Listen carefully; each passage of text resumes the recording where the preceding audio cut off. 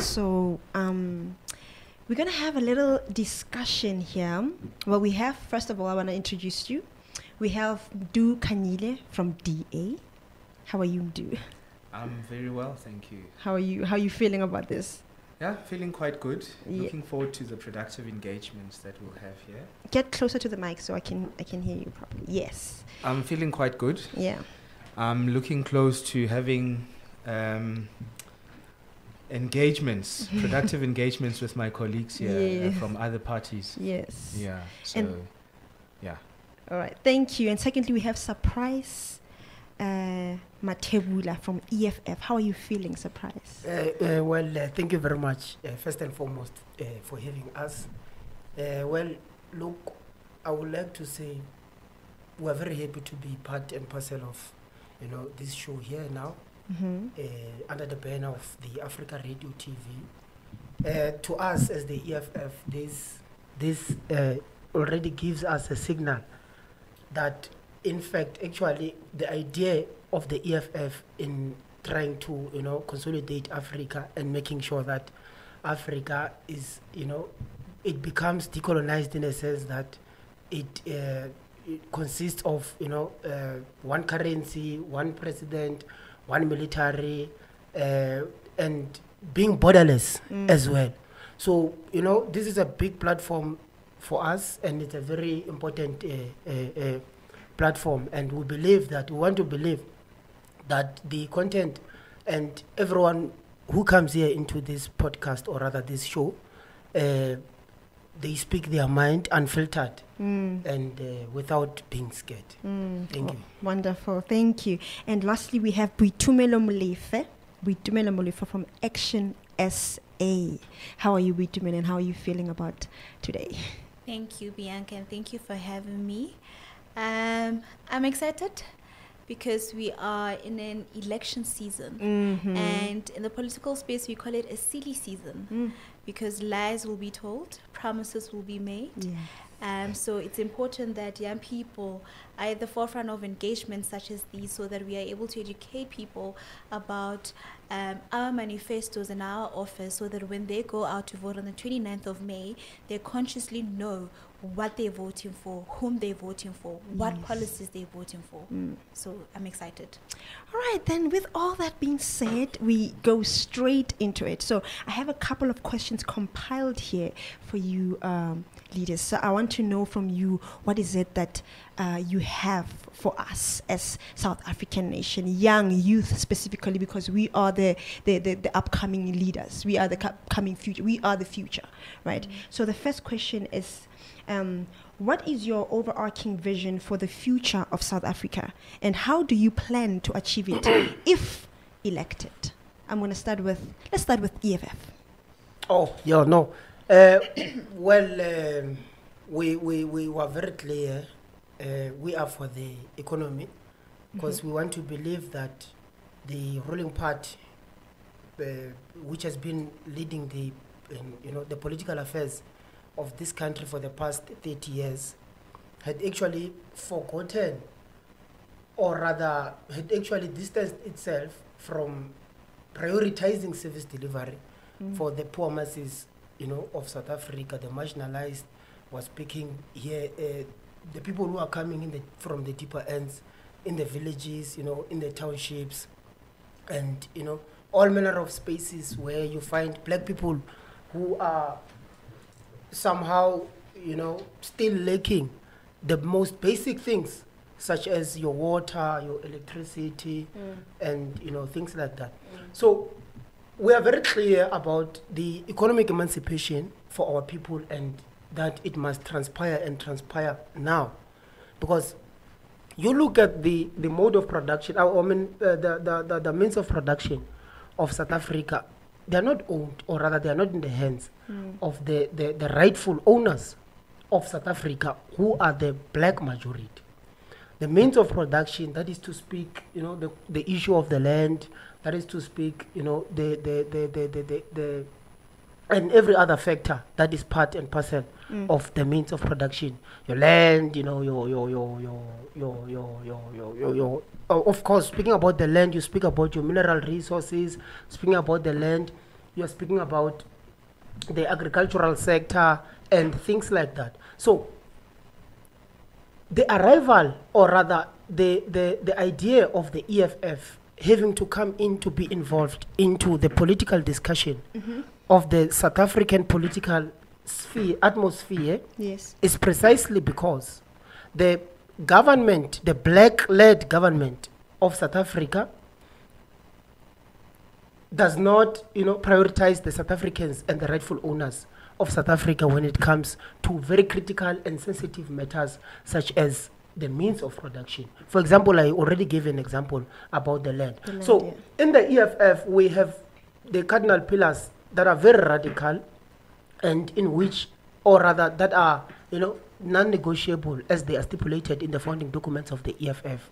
At the center of those, it's the expropriation of land without compensation. Why do we want to expropriate the South African land without compensation? And by expropriation of land, we're not just speaking, unfruitful land that cannot, produce anything. We're speaking here arable land that can still produce, land in which we still can find the mineral resources, your gold, your platinum, and all of that. So at the center of the non-negotiable cardinal pillars, like I already said, is the expropriation of land without compensation. Now, expropriation of land without compensation, why must we expropriate land without compensating anyone? Is precisely because the South African land, or the people of South Africa, the rightful owners, the black majority, were dispossessed of their land through the burning of guns and through violence. There's no deal. There's no contract whatsoever when it comes to the question of the land. No one have a receipt to say, look, I'm Rupert, or I'm so and so. I have a receipt of this, portion of land that I'm owning. No one has that. But because of military force and all of those violence, all of the violence that which the apartheid government and let me say colonialists at large used to dispossess our people of their land. So we are saying we need to expropriate back this land without paying any of these owners, these so-called owners, any cent, because how they took it through blood, and they didn't took it in a just and a procedural manner.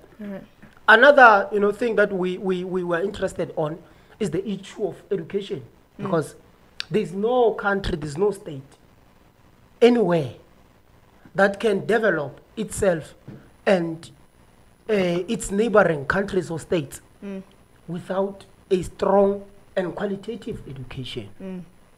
For instance, the South African education, particularly the one that has been given to black people, has been so poor so much that it doesn't, actually give them the weapons to go out there and compete in the market space with everyone else in the corporate world. Rather, it actually programs them into a certain narrow-minded, mentality that keeps them thinking that what I need to do is to, go and produce for the minority, and who happens to be the elite that are, predominantly white and Afrikaner. Okay. So we are saying, as the EFF, that as soon as we take government, we need to administer education, and we need to give it free of charge to our people. Okay. This education is not just any kind of education. It's qualitative, decolonized education. Because there's a problem in the South African curriculum. The South African curriculum over-present the Western, or rather, the Eurocentric and Europeanized ideas in comparison, or rather knowledge, in comparison to the indigenous African knowledge that has been working for the African people prior colonization. Right. Because our people have always, existed before colonization. And the last, thing that I need to speak about briefly, I think I need to touch on the issue of, the issue of power, the issue of load shedding. Load shedding is a crisis, but we need to understand that it's a man-made crisis. load shedding has to be there precisely because the captains of the industry, in the corporate, the elites who continue to benefit from the South African economy, and not rightfully so. They have a business agenda when it comes to the issue of electricity. I mean, Eskom was just failed this month. You see, when it comes to the question of load shedding, Yes. I have that Yes. towards the end. I have that specific question towards the end. So now I want to move to Action SA or DA, if you want to go in. Whoever wants to go first can actually answer the question. If you want me to rephrase the question again, I will. Bianca, I think at the core of your question, I take, what is it that we're going to do to move this country forward? Yes. And I'm listening to my counterpart from the other political party speaking about issues of land without compensation and people stealing, those talks there. Mm-hmm. How do we move South Africa forward?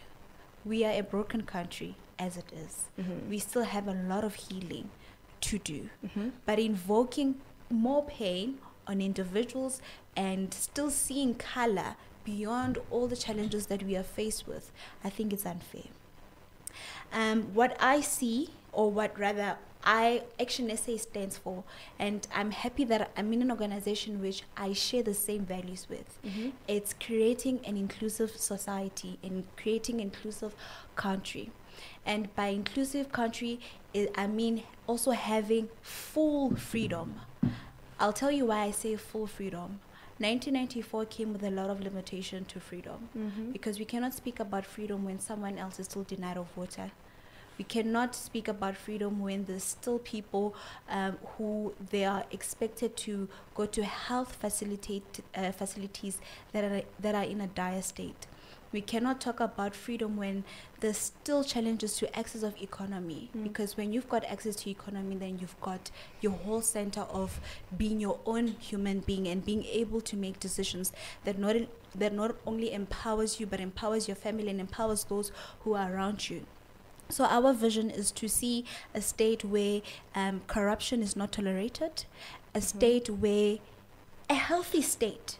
And I say a healthy state because when we get to a healthy state, then we'll be able to see progress in our societies.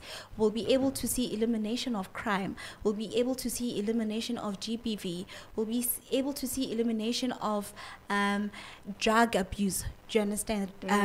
Usage of substances. So we envision a society that is healthy, a country that is healthy, a country that is inclusive in all aspects for one to be able to make decisions that empowers themselves as a human being with dignity. And how do you think that is going to be implemented? Would you be able to answer that after DA answers the question, the future of South Africa? Well, Bianca, the DA prides itself in defending three core principles, especially when we go to people and try to make people understand what we stand for. We don't become so technical that we just name the pillars on which we are for. And that is freedom, opportunity, and equality. Those are the three things that the DA is for. And if you have freedom, as she said, the Action SA comes from the DA. So most of their policies, they actually took along when they started their own party from the DA. So I think that's where we're going to agree mostly with my colleague from the Action SA, because if you can't have freedom while you go hungry, go to bed hungry on a daily basis, you can't have freedom while we still have so many challenges in this country. So if you realize those three objectives or values, then you'll see a working country. And what I also want to touch up on in terms of the freedom, the economy, that's where I think we have, I won't expand as my colleague did here, but in terms of the economy, you cannot have a working economy when you have so many challenges that you've not taken care of. For instance, she mentioned it, GBV, gender-based violence, poverty, we don't have a proper healthcare system, We don't have food security or water security. Right now, the ANC is going up and down, struggling to get water security intact.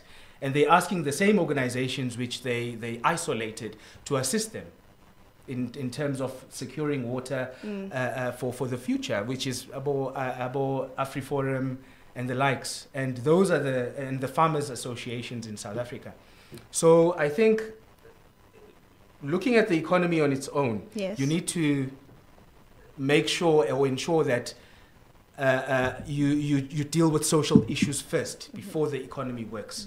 Unemployment is a result of social issues going badly in the country.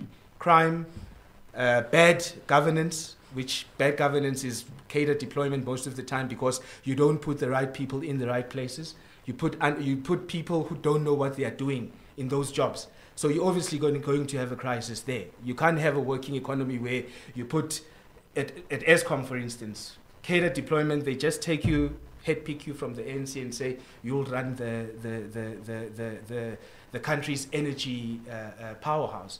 That cannot happen. So in the DA we say, if we are going to tackle this, we need to have fairness, freedom and equality in South Africa. Then we'll see everything else shaping up for the better in the future. So that's just broadly our vision. It seems like you have something to say, EFF.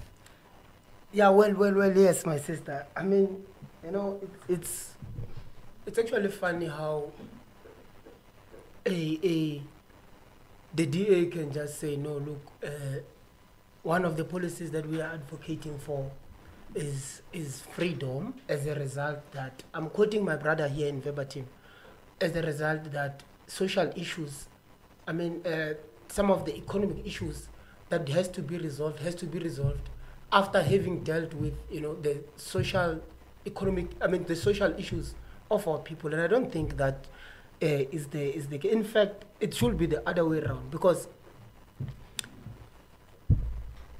poverty, and I think that's where South Africans are at now, can create two possible things. Yes. Either a revolutionary or a criminal. So you cannot, you know, be a good social or be in a good social or mental state as a being when you are economically suffering.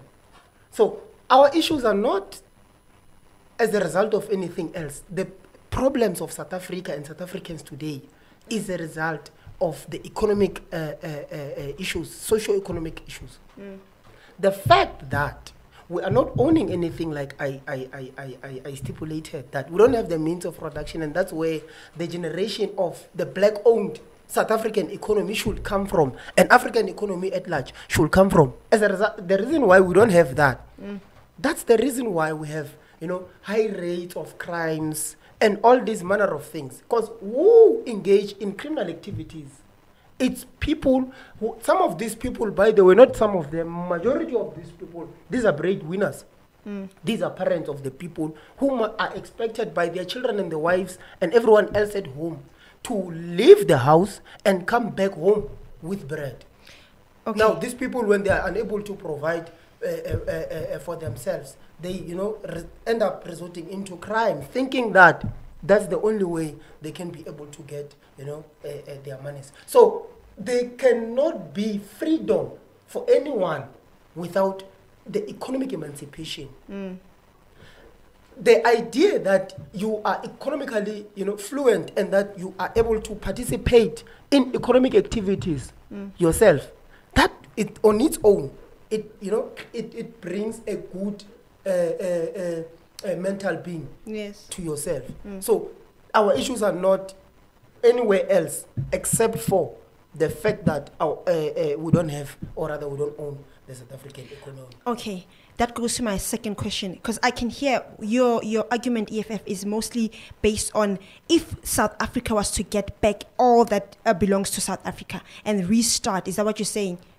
Like the land, get back all the land and restart everything from its position, having everything that they own. Are you saying there's going to be more freedom, as you say, like if the leadership was to get, if everybody was to get what belongs to them? Well, absolutely, my sister. Because look, if we get the land today, I think I have to answer this because obviously I had already spoke about the fact that we need to expropriate the South African land because it's not in the rightful owners Yes. of the land. Now, getting back the land, we then have to go down and, industrialize and do all those manner of things. But the land, once we get the land back, we give it to the state. Then we are able to know that, okay, a certain portion of South Africa does not have water. However, we are generating more money as the state from the land because we'll be doing agriculture, will be in the mining industry and all of those things. Then that way we are able to cater for everyone else because the state will be having more capacity. The state doesn't have a capacity. All right. And that is the reason why, maybe that's some of the reasons that contributes to the issue of unemployment. Maybe that's one of the reasons that contributes also to the issues that we are articulating now. Yeah, which is actually coming to my second question. And when we do Action SA, you said we need to look past what happened in South Africa and look forward with wherever South Africa is right now. And you mentioned that the equality and you just mentioned how to move forward. I want you to tell me how they're going to implement that. Are you saying it should be South Africa should start where it is, with the land being in the hands of whoever it is, and then we start and we go forward from them? Are you saying that? What are you saying as togetherness, as you mentioned, to moving together? Yes. More than anything, Bianca, it's important that we emphasize on the importance of the rule of law. Because without law and order into our country, then we are a nation that is just going in different direction. Everybody does it as they please. Look, we are certain, and it's important that issues of the past are addressed. Yes. That cannot be left untouched. However, there's ways to do it. We cannot just haphazardly do things as a nation because we'll just be digging a dark for ourselves. We are of the view that Section 25 of the Constitution, there's ways it can be dealt with. We are not of the view that there should be land without compensation. I'll make an example, Bianca, that we need to have a vision that moves this country forward, like I said. Where our president, Dr. Herman Mashaba, when he was the mayor of City of Johannesburg, there's so many land that is unused, but equally so there's so many hijacks. It's not even about the idea. Land does not just speak to rural land anymore. People are moving greatly at large amounts into the city. So there's also that aspect that we need to consider and think about. When he was the mayor in the City of Johannesburg, he identified hijacked buildings, which the EFF, how long has the EFF been in government now? And they still have failed to address these issues. They identified hijacked buildings, which then they saw, how can these hijacked buildings be used to accelerate economic opportunities within the city itself. Those hijacked buildings were then some of them were then taken and turned into student accommodation. What that does, it brings an investor into the country to come create job opportunities, because just by building a student accommodation, it does not only benefit an investor, it also benefits it also benefits low housing cost issues. So we're not going to just haphazardly do things without meaning, because we'll just be inviting more crime into the country as well. Also, how do we trust that land in the hands of politicians will equally be distributed? I'm speaking of politicians. Politicians, when you expose them to too much power, we've all seen what happens. There needs to be limitation in terms of how far political parties can be involved in certain things that are involved in the state. And that's why we say that there needs to, if we are to grow this country forward, and if we are to grow the economy, there has to be great limitation of the political involvement into the process. Yeah. And,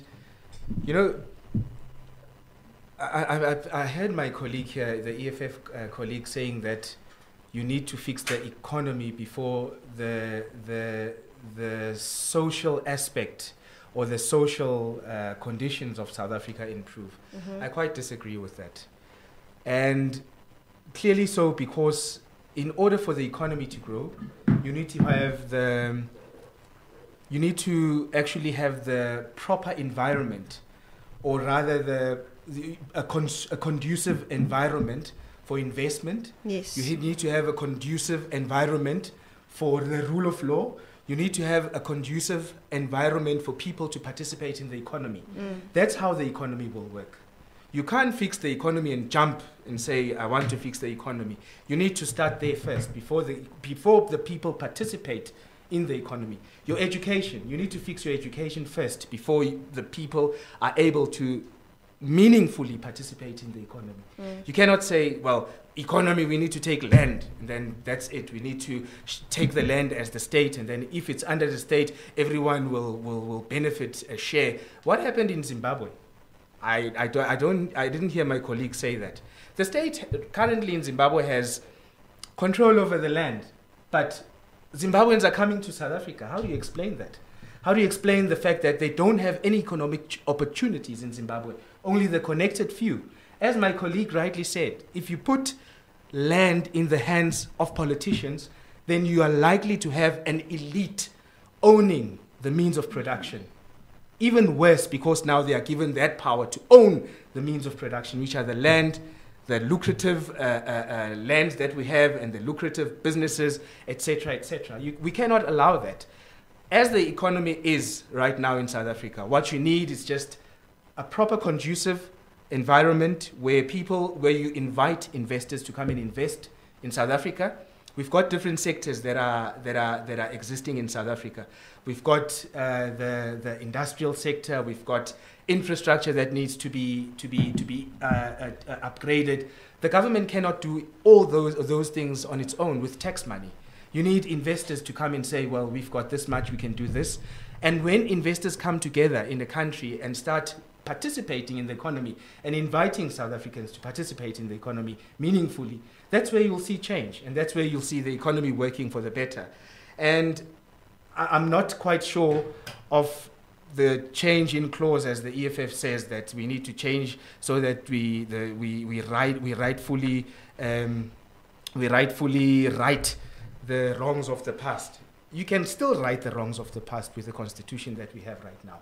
I agree with my colleague Boitumelo. And you can right them through redress.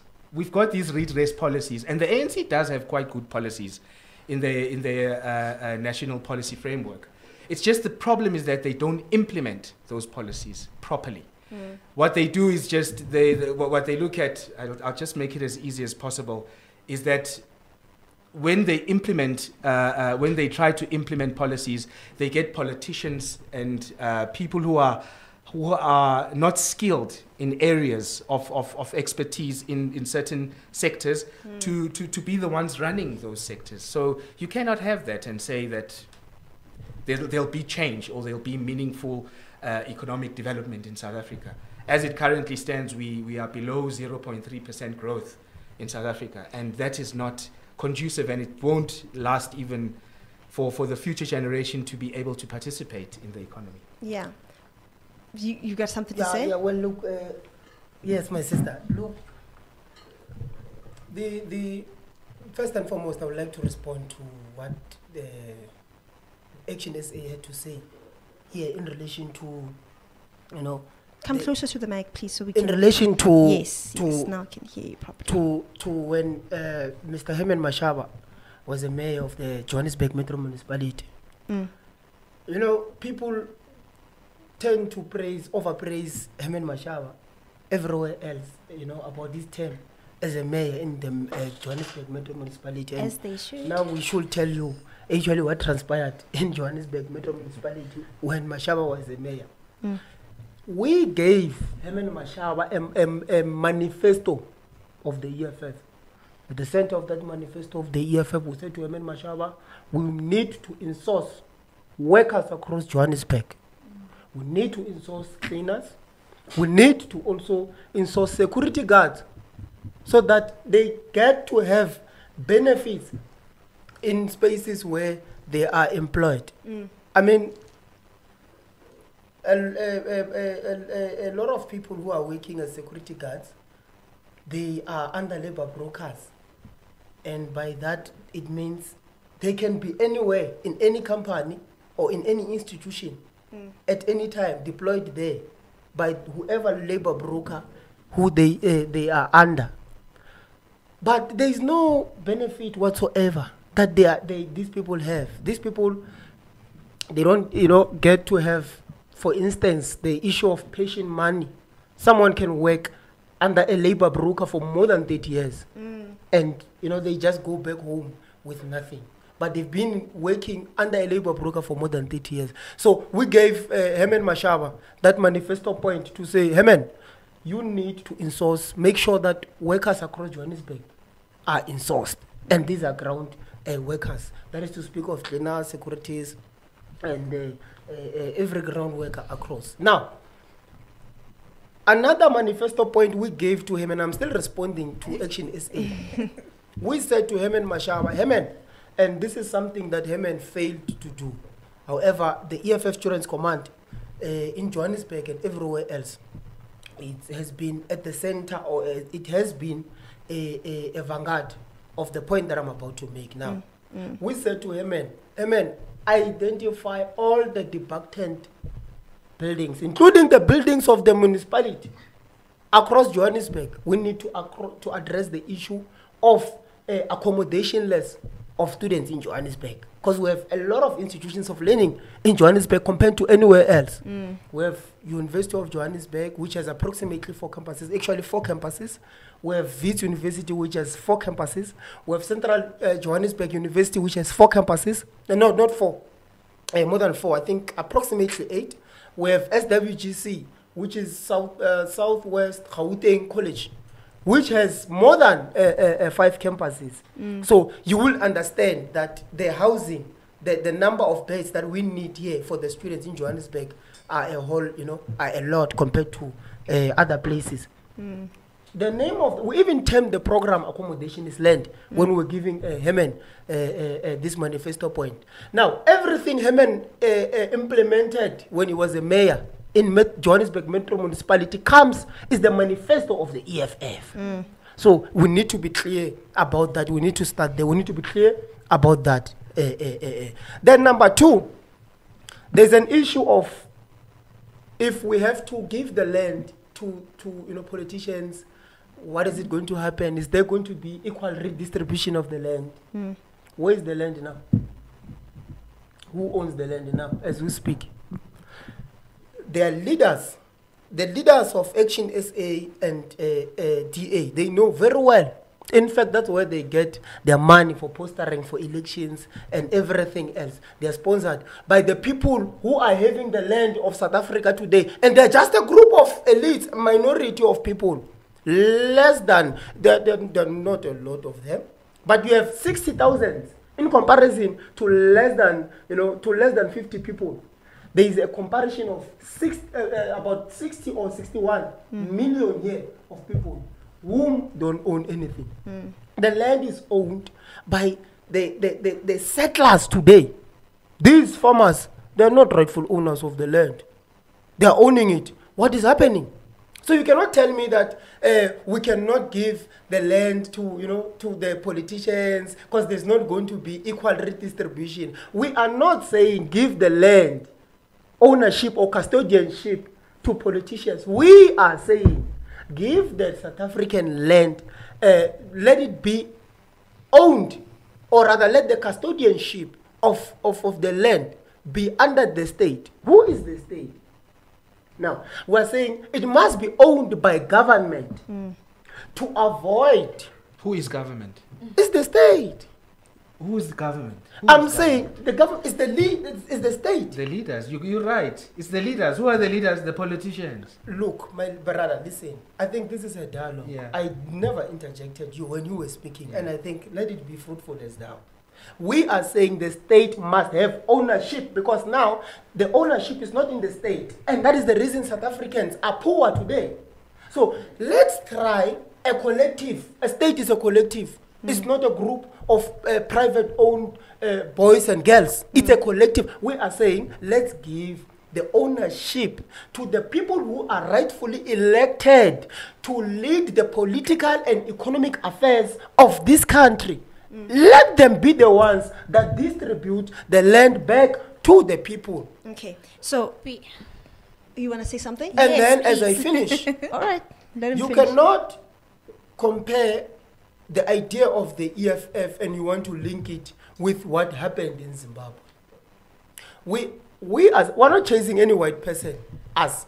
We're saying we're willing to work with everyone. As soon as we take government, we are willing to work with everyone, including white people, including white farmers, including the white people who are in the mining sector. Every aspect of the economy, we are ready to work with everyone. But we are not ready to work with people who are not willing, one, to apologize, two, to return the stolen goods back to the rightful owners. Because as I close, land was stolen from the rightful owners through a barren of guns, just like that. So it must be returned like that. All right. I think sometimes, Bianca, in efforts of trying to defend our political parties, we also lose our sense of thinking. This is a man that is speaking about entrusting them with the resources when they occupy government. Look what happened with the VBS saga, but I don't want to get into it. He's making reference of the fact that Mashaba led, he when he was the mayor in the city of Johannesburg, he followed their manifesto. If that is the case, then let's talk about political will. Mashaba, there are a lot of things, they're not happening in the country because there's a lack of political will. He came into the space and he did what needed to be done for the residents of city of Johannesburg. Right now, he's making reference to the insourcing of security guards. Are you aware that currently that the MMC for public safety in the city of Johannesburg is under the EFF leadership? Do you know what happened last week, Thursday? There was a march at JMPD where thousands of in-source security guards went, and all they're asking for is the management to come forth and hear their concerns, because a study was conducted when Dr. Mashaba was the mayor, and the study confirmed that in-sourcing of security guard, it's feasible. Because his view was that this is something that will give dignity to people. This is something that will give dignity to people in a sense that they'll be able to also have economic freedom. Because if you are contracted, you can't make any permanent decisions with your life. Currently, since Tata Mashaba left the city, currently, those security guards that were insourced by Tata Mashaba himself, they are exposed to, they're being exploited.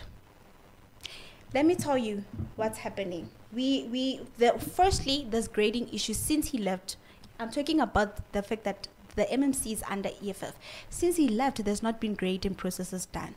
You know what that means? It means that currently they're all treated as general workers. So your qualification or how further you have went to study in terms of your security papers, it doesn't count. You just treated as a general worker.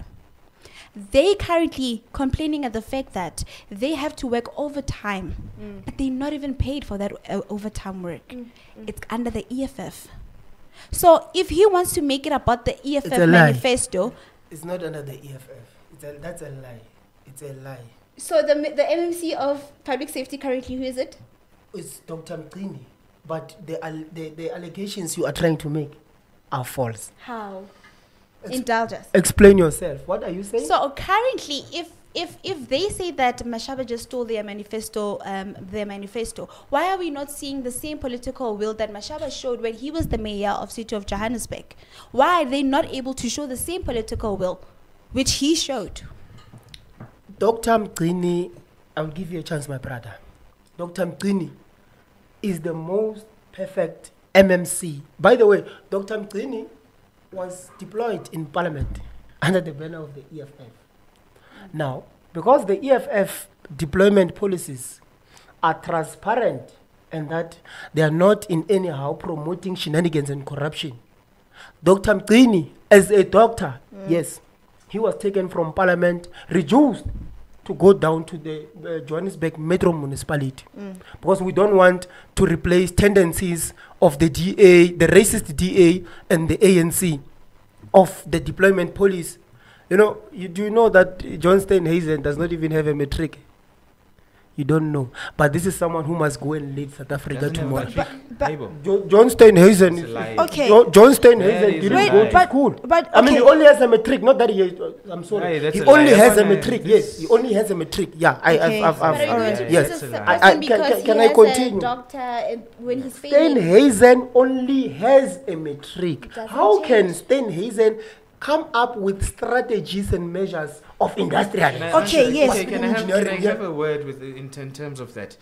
The same Malema who leads you guys was saying we will kill for Zuma. What does Zuma have? What does Zuma have? Because he was willing to kill for Zuma. He once said he will kill for Zuma and he was advocating for him while he was under the ANC Youth League. So now you guys are saying Steenhuisen has only a matric and is unable to lead while you are advocating for Zuma. He's still even in bed right now with Zuma. Steenhuisen only has a matric and is an illiterate. Okay, Yes, it's wait. Now we are dealing with making South Africa better, right? Yeah. So let's not argue because our vision is one, Yes. which is making South Africa better. Right? So it comes to my second question, which is the challenges that are including what we've mentioned: unemployment, poverty, inequality, and corruption. We want specific policies that will be initiated to the process of making it better. I want to understand from you because all of it sounds like we have an agreement in making South Africa better, but disagreement in how we're going to make it better. So I want you to elaborate for me, how can we deal with all the mentioned challenges that we're facing? Let's How do we address the issues? Let's embark, number one, at the center of addressing unemployment. Mm-hmm. Let's embark on industrialization. You look back, and this is something Commander-in-Chief, CIC, and President Silo Julius Malema mentioned in one, I think it was just one of the interviews where he was being interviewed, to say, you look at those Bantustan's leaders who were under the apartheid government, even them knew that industrialization it's a must and it's a matter, or it's a process that has to always be on the ground. Why? Because there cannot be a creation of jobs without industrialization. And he gave an example about the fact that South Africa doesn't even produce a toothpick. South Africa doesn't even produce a matchstick. He gave those examples. Now you look at all of that. Where are the products and the goods of the consumed goods that we consume? Where are they coming from? They're coming from other states, other countries. Now, how can we have employment and even at large economy if ourselves we are not producing the most basic of things? It's impossible. South Africa is not producing any car. It's not manufacturing any car. Hey, that's a lie. We are assembling cars. That's a lie. We are assembling cars. Germany sent cars to South Africa. Cars that had already been manufactured. And they come and dump them in South Africa to say, you are not going to produce any car. The only thing you are going to be able to do is to assemble these cars because you are complaining about the creation of jobs. Now, look at it from this perspective. If we were producing those cars, how many jobs were we going to be able to create? That's number one. Number two, the South African minerals every day are leaving this country. The South African gold, platinum, coal. The coal that, by the way, we're even told to stop using it. They're leaving this country every day. Now, when these mineral resources get to wherever that they are taken to, when they get to where they are taken to, they get to be to be processed and all of those. What is that? That is job creation. The processing of those minerals, it speaks to a lot of jobs. We have goods like agricultural goods like, your tomato. South Africa is one of the best tomato producing country. With one of the biggest companies here, just in ZZ2, which is a world large asset tomato producing company. We have things like that, like tomatoes. Those things, they get to leave our country, exported elsewhere. But you get to realize that if these goods were, to be processed here in our country, how many jobs were we going to be able to create? Now, another thing, that was industrialization. Now, another thing, we need to put money into talent to address some of these issues. Because there's a lot of talent everywhere in South Africa. Talent in different aspects. Talent in, we can speak football, we can speak, a whole lot of things. Yes. We can even speak, the media itself.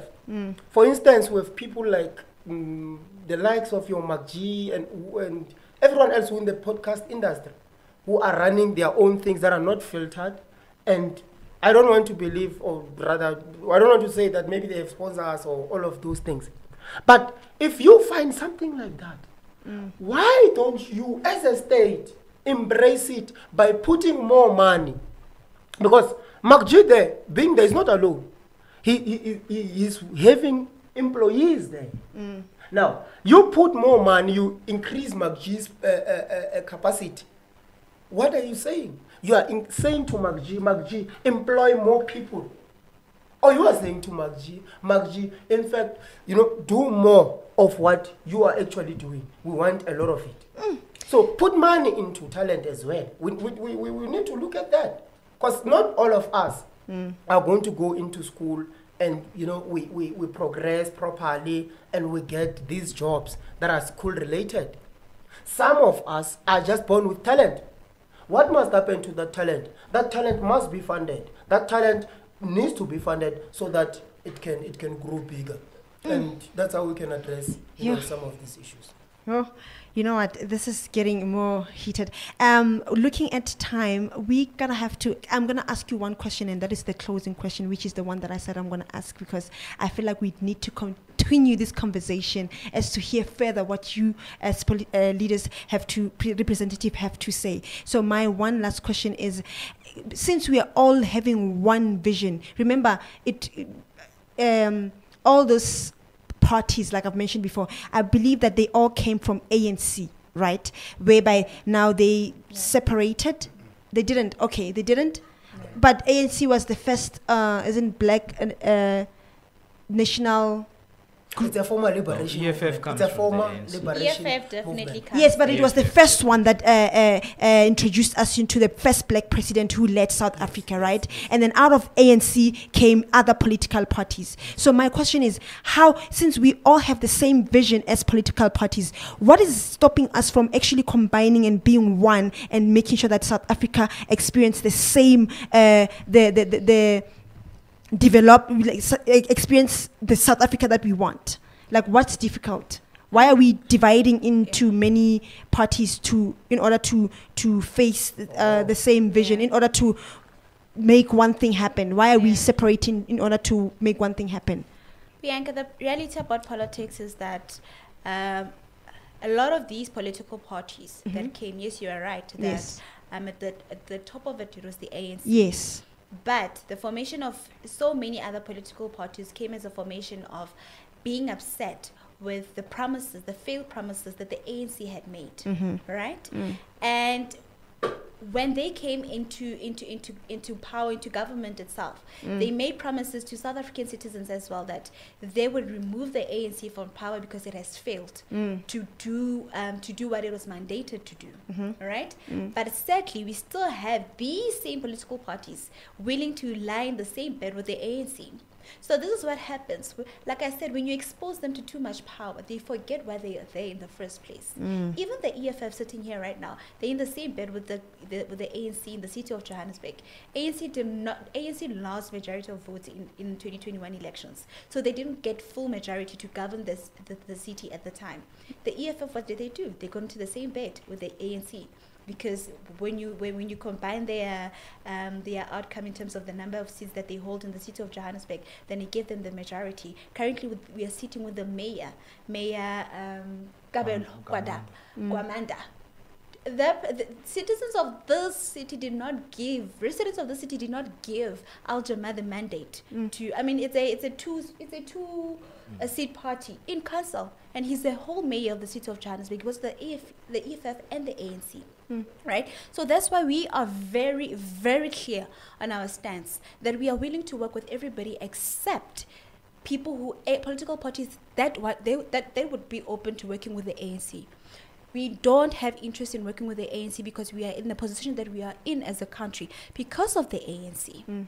So that's why we're saying we're not going to work. Unfortunately for the EFF, we can't work. Like I said, they had a good working relationship with my president, Tate Mashaba, when he was the mayor of Johannesburg.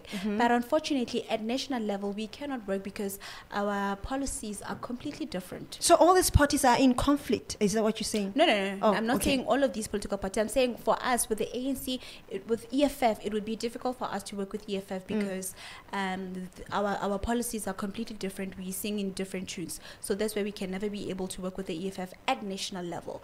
But any other political party, we are open to working with them, except parties that are willing to work with the ANC and be in the same coalition with the ANC. We don't want anything to do with the ANC.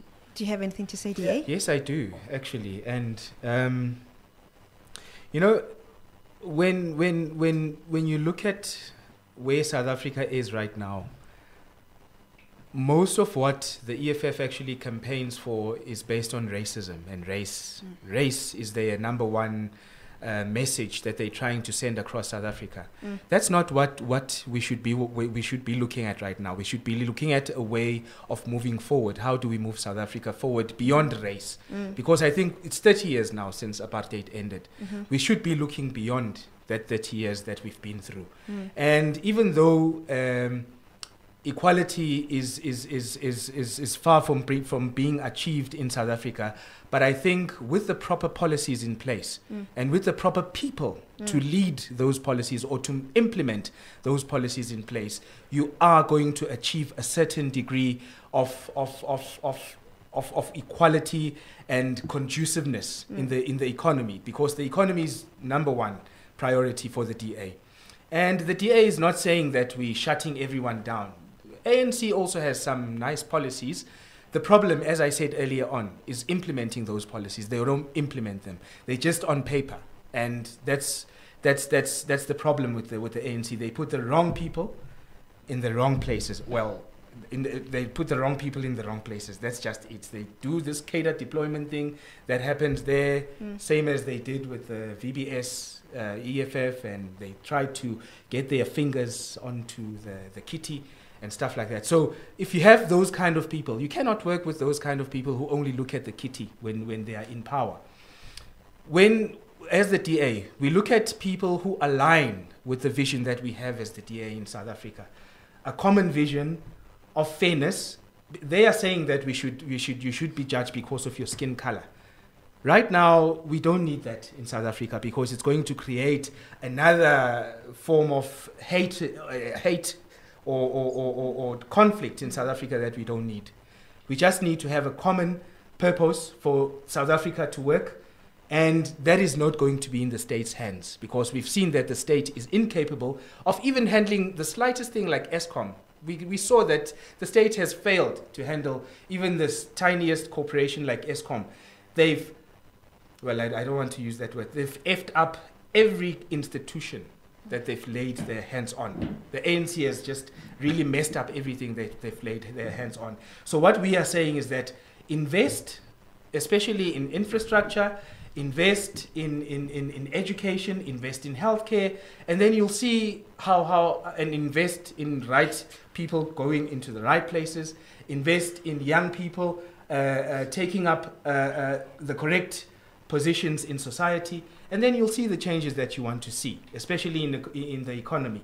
Not to say that just take the land and then everything will be okay. All right. It won't really work in that. Okay, well, wait, let's wrap it up because the time has really, like it went out of the window. So let's just agree to disagree and then have this conversation more because there's a lot that we need to talk about. So thank you for your time. I'll be looking forward to continuing this conversation so that we get enlightened even more. I'm sure our viewers would want to hear more because there's a lot that hasn't been said, you know.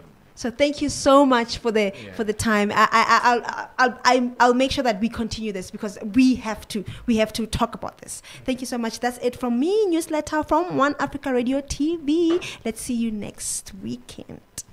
Thank you.